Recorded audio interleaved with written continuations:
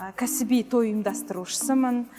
Тілашар, сүндет той, тұсаукесер, үйлену, ұзату тойларын ұйымдастырамын.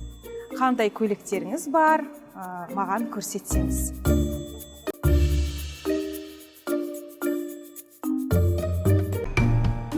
Маған бұл көйлек бірден ұнады.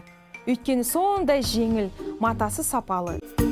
Дәл маған арнайы тігілгендей, мен өзімді бұл көйлекте қыз жібектей сезіндім.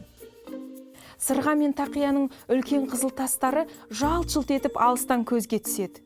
Барлық көйлектерді киіп көргенім сонша, тіпті кеш батқанын білмей қалыппын.